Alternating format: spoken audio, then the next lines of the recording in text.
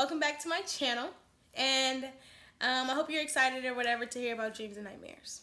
The title is called Dreams and Nightmares because this was assumed to be a nightmare, but it turned out into a dream. It turned out into a dream because it turned out into something that I was once afraid of, but now I see myself conquering. And that's what dreams are sometimes. We're afraid of them, or afraid to go after them or achieve them or whatever. But once we conquer them, we're good. We're fine. So yeah, what the dream was about. So, Matthew and I went on a date. And, so we usually don't really go on dates late at night or whatever. When we do, it's kind of during the day or... We were in the hood. Which hood? I don't know. You know, in dreams, things make sense and they don't make sense. So, that's what happened. He got there first, and we drove separately.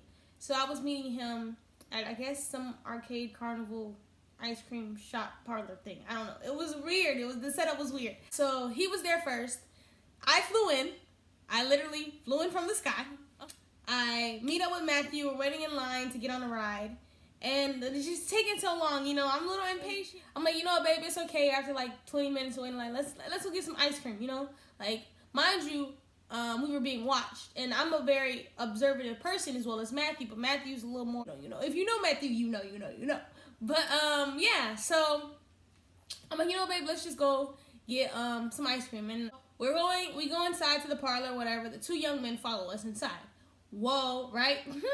So then, you know, Matthew's really on edge, and I'm just trying to stay calm as well as keep Matthew calm. You know, we're waiting in this line for another like 20 minutes. So I'm like, yo, like, what is taking them so long? So then the people start getting into it with the cashier, and I'm just like, you know what? It's okay, babe. Like, we can just go home. We're walking towards his car. The two young men follow us. Like, they walk up on us or whatever, and Matthew's like, what are you doing? Like, you know, like, in front of him, Matthew's like just trying to get out of his way or whatever. Matthew's like, yo, bro, like, what's up? Like, what are you doing? And so the other guy was like, what you mean, what's up? Like, what's up with you? So the younger one, or I assume he's younger, he goes and gets a dog. And if you know me, you know I'm afraid of dogs, right? Right. We don't do dogs. You know, but it's okay. Because in this nightmare / dream or whatever we gonna call it, I grabbed that dog.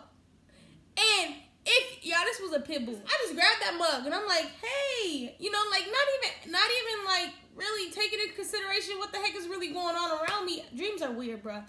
Just so many things, like when you really start talking about it, don't make sense. I grabbed the dog, you know, like you're not finna bite us, okay? I'ma love you, so you're not gonna harm us, okay? So I hugged the dog or whatever. Matthew and the guy is still going back and forth, and then the other guy who brought the dog, like the younger one, was just talking mad stuff, and he was like, man, y'all come around here flaunting. Y'all got y'all little nice clothes on. I'm like, he's like, y'all don't know what it. He's like, I'm looking at the man like, you know me. You don't know where I came from. You don't know what it takes to get here. Okay?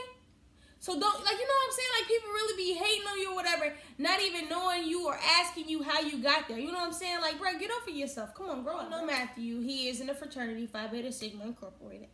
And he's like, you coming around here with your nice car, and in this dream, my baby had a great car. He had a nice car. He had an upgraded car. So don't be coming for him if you know what type of car he drive. Okay, get off of him.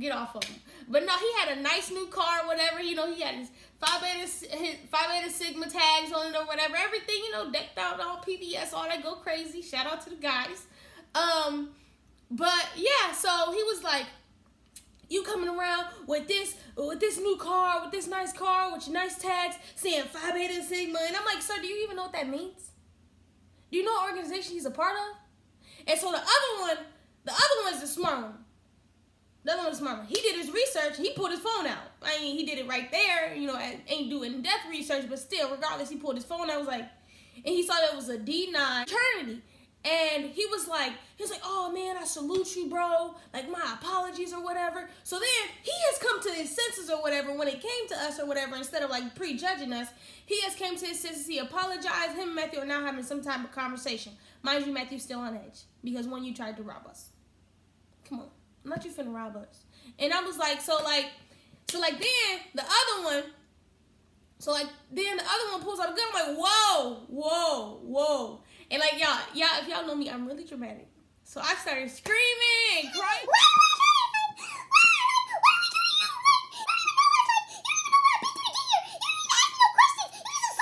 Like, you know, when people cry, like you just get ugly. Like, so that's what it was. Like it was just ugly.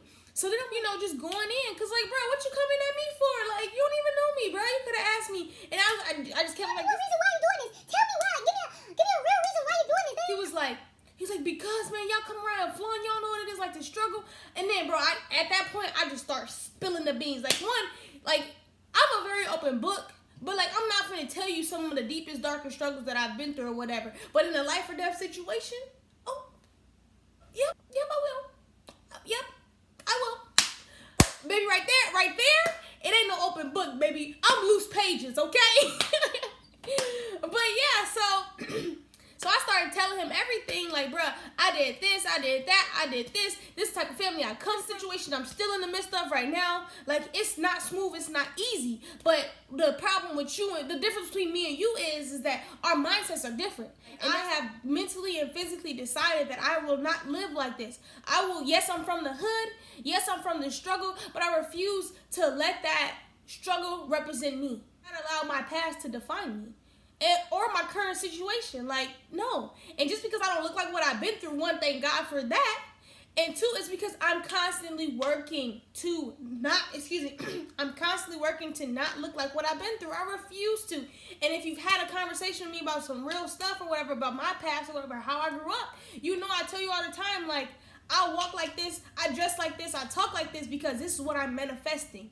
I don't want to look like where I came from. I don't want to look like where I came from. I don't want to look like where I've been through. So that's one thing I'm not going to do. But it's because of where I came from. And that was my motivation of getting out. Kind of like, he's still like in disbelief or whatever, you know?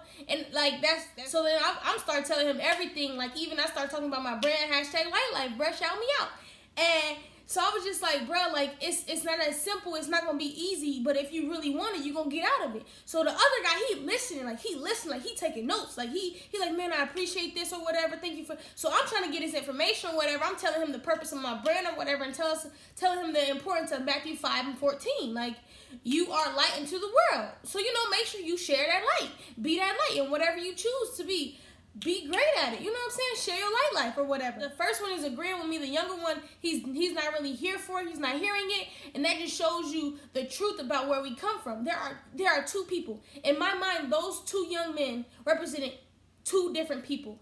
It could be the path that you chose to stay in, and that's to stay in the hood, stay locked up, stay with that mentality of disbelief or whatever. I can't do this because of this. No. Stop making excuses for it. We gotta stop making excuses for ourselves. It's not cool, nor is it cute, bruh. Grow up. Like, for real though, you have to make conscious decisions of what you want to do and what you want to be, and be that. Period. Like, it's no, like, be that. Like, yeah, and sometimes when we're gonna slack some, okay, cool, but make sure you never give up.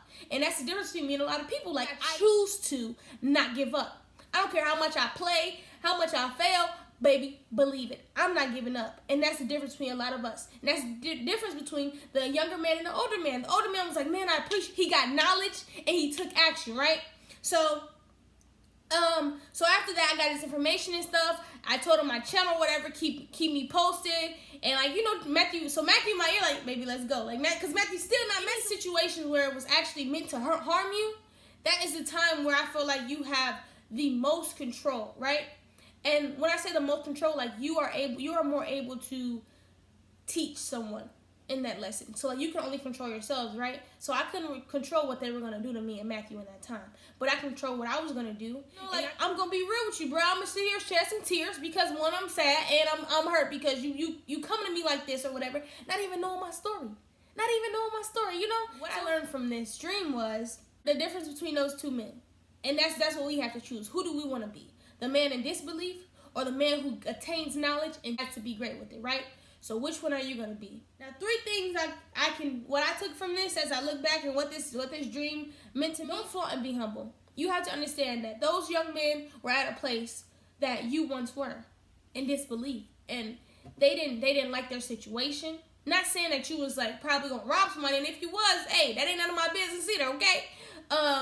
but like they were at a place that you once were mentally, you know, like, and that's the truth about where we come from. Like we have to decide where we want to go mentally and physically. And I'm not saying don't minimize your value, but make sure you're humble as you're walking and knowing your worth in life or whatever, especially living this light life, because people gonna see your light, whatever, and they gonna try to dim you. But you're put on top of a hill, and can't nobody cover you, bruh. Like it just is what it is. Like those are my foundational scriptures. And from the hood, or not even a lot of people from the struggle. Let's say that, because a lot of people aren't really from the hood, but they still do have a struggle.